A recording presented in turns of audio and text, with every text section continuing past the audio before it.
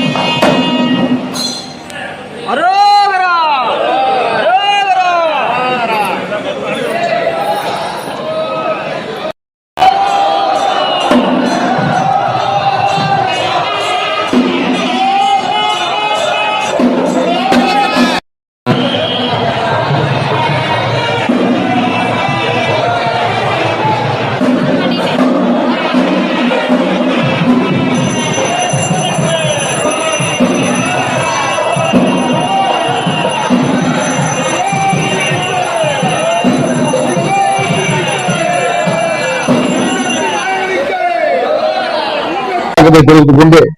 இங்கே நடைபெற்றிருக்கின்ற இந்த தங்கத்தேர் இழுக்கும் விழா வருட வருடம் சூப்பர் ஸ்டார் அவர்களுக்கு பிறந்தநாள் விழாவை முன்னிட்டு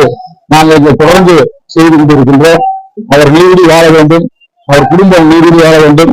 சூப்பர் ஸ்டாரின் அண்ணன் சத்யநாராயண ஜெயகார் அவர் குடும்பம் நீதி வாழ வேண்டும், அண்ணன் சந்திரகாந்த் குடும்பம் நீதி வாழ வேண்டும் என்று இங்கு பிரார்த்தனை செய்து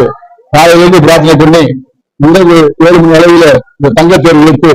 சூப்பர் ஸ்டார் அவர்களுடைய உடல்நலமும் குடும்பத்தாருடைய உடல்நலமும்